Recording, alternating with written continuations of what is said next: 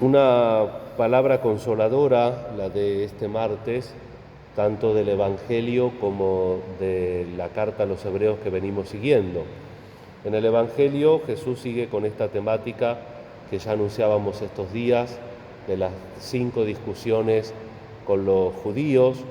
El tema de hoy es el sábado, ya el tema por los Evangelios sinópticos lo conocemos muy bien. En ese momento, porque ahora son más, por ejemplo, si ustedes van ahora a Israel un viernes por la tarde o un sábado por la tarde, en los edificios públicos los ascensores andan automáticamente, porque si ellos presionan el botón del ascensor, violan el descanso sabático. Las comunidades judías más ortodoxas, porque hay algunas que ya no observan tan estrictamente el sabbat. Pero en el momento en que sucede esto que nos narra el Evangelio de Marcos, había 39 prohibiciones expresas de violación de sábado, una de las cuales era arrancar espigas.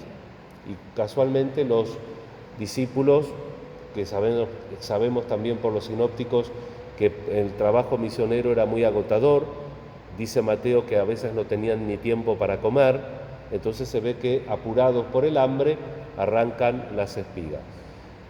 No olvidemos la parte del Evangelio de Marcos de ayer, cuando Jesús pone ese ejemplo del traje viejo remendado con tela nueva y de los odres viejos cargados con el vino nuevo, que ante la fermentación por la sequedad del cuero termina explotando. Jesús no vino a abolir la ley, pero vino a que la entendamos racionalmente. El precepto del sábado sigue vigente, pero acá Jesús termina la perícopa con una de esas cosas que seguramente pondrían de los nervios a los escribas y a los fariseos. Dice Jesús: de manera que el Hijo del Hombre es dueño también del sábado. Pero el Hijo del Hombre es dueño del sábado porque se hizo uno como nosotros y sabe que Dios quiere a la persona. Entonces nada que perjudique a la persona puede evidentemente ir contra los mandamientos del Señor.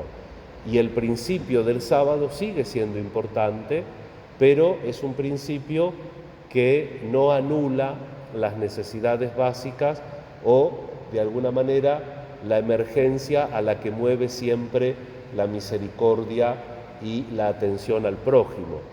Ustedes recordarán fácilmente esto que voy a decir, que está en la biografía de 2 o 3 santos, sobre todo los que se dedicaron a la atención de enfermos y a la obra de la misericordia. Si uno, y lo adapto porque uno lo dice de la misa y otro lo dice del coro, si uno tiene que dejar el coro o la misa por atender a un enfermo, no viola ningún precepto, porque deja a Dios por Dios, porque Dios está también en el necesitado, en el enfermo. Eso es tener un traje nuevo, eso es tener un odre nuevo, porque Jesús no cambia los mandamientos. Ay, no, si tengo ganas de pasear por el prado porque tengo que ser yo, no voy a misa. No, eso no es un motivo. Eso es una excusa de una persona adolescente que habitualmente ya tiene muchos años para ser adolescente.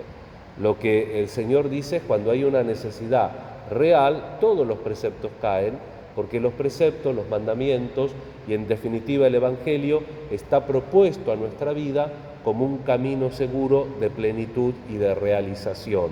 Dios no quiere que no nos realicemos, pero uno no se puede realizar en el caprichito, sino que uno se tiene que realizar en la realidad.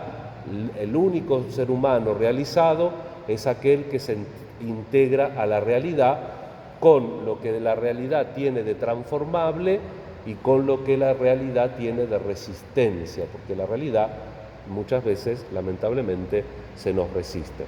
No es que uno sea canonista, un poco también, pero el canon 1247, que nos habla de la obligación de la misa dominical, lo hace muy bien porque incorpora, a diferencia del derecho canónico anterior, del Pío Benedictino, que decía qué trabajos se podían y qué trabajos no, acá aplican los principios.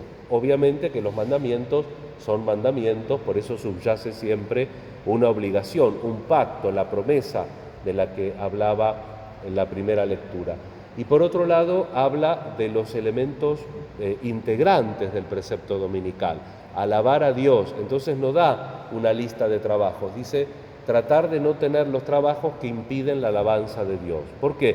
Porque ya ahí sabemos en el mundo que los principios laborales no se rigen por los principios de la fe y por tanto a veces hay empresas que hacen trabajar a la gente el domingo y si no trabaja el domingo, ante el riesgo de perder trabajo, uno evidentemente el sábado es para el hombre y no el hombre para el sábado.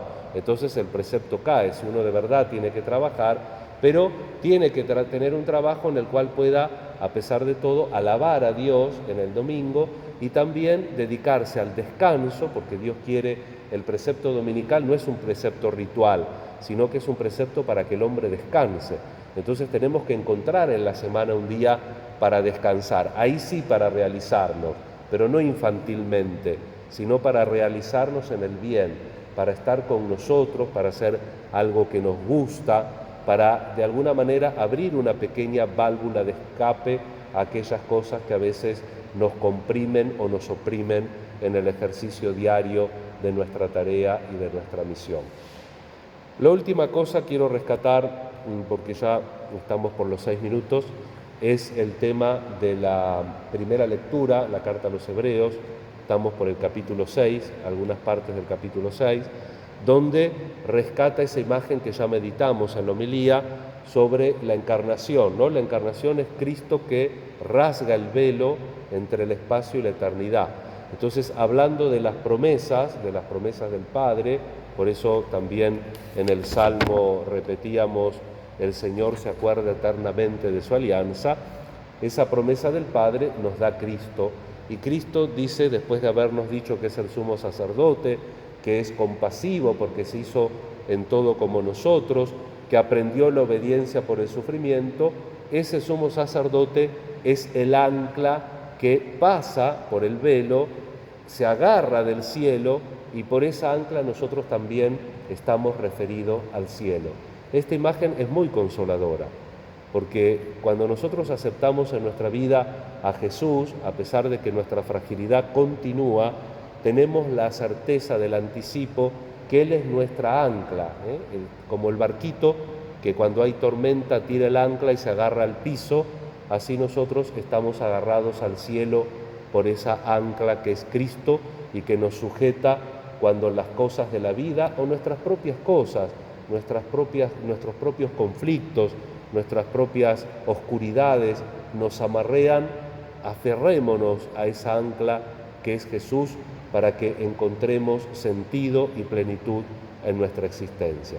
Nos encomendamos especialmente a la Santísima Virgen y pedimos en esta Eucaristía, por mediación de los ángeles, por todas nuestras necesidades e intenciones. Que así sea.